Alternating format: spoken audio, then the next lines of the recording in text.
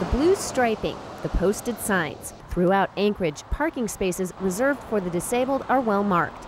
But that doesn't stop the able-bodied from pulling in. They just think they're above the law. Lynn Smith says parking predators can be a real problem. My mother, for example, has to carry a can of oxygen. And if she can't get a parking spot with my sister driving, then they have to park further away. And I don't think that's right.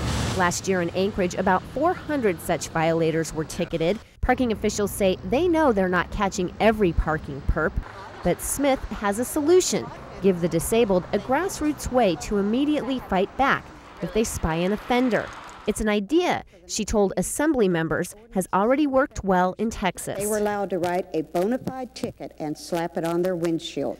Mona McAleese agrees. She says there are days when getting around has its challenges. In the wintertime, I have to venture to say there are days I can't get from my parking space into the door, which is a matter of 20 feet.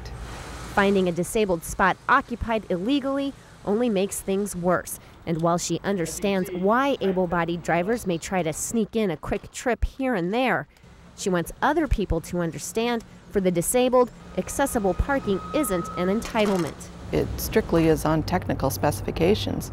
That's why the aisles are so big, so that way you can get a van lift down or get in and out of your vehicle.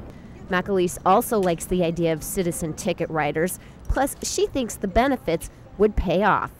If somebody were to be deputized and they found 10 first offenders, that would be $1,000 a day. That adds up to hundreds of thousands of dollars a year.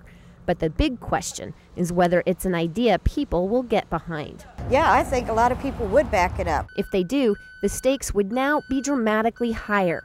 Tuesday, the Assembly voted to more than double the fines, which means under the formula McAleese suggested, if just 10 first-time offenders were ticketed daily, the city could rake in nearly $800,000 per year.